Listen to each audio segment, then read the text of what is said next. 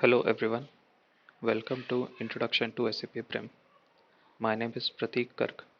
I am an SAP BRIM implementation consultant with an overall experience of nearly a decade. And with me, you will be going through a journey to get basic understanding of BRIM. So let's get started. The full form of BRIM is Billing and Revenue Innovation Management.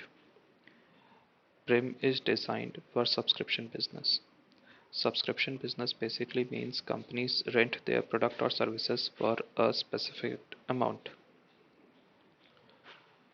BRIM is a modular solution designed to optimize business lifecycle processes of design, sales, delivery, and billing.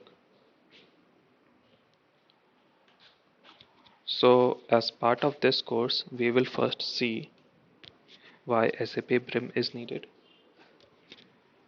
what are the limitations of core SAP, overview of BRIM,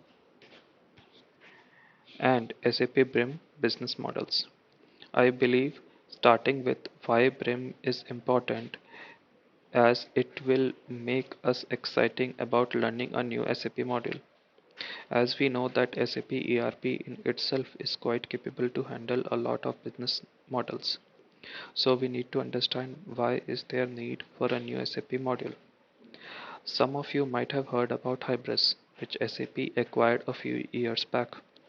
One of the components of Hybris was Hybris Billing, and that is renamed as SAP BRIM now. So if SAP had to buy an external company and integrate it in their SAP ERP, it must be doing something important, right? So with that in mind, let's get started.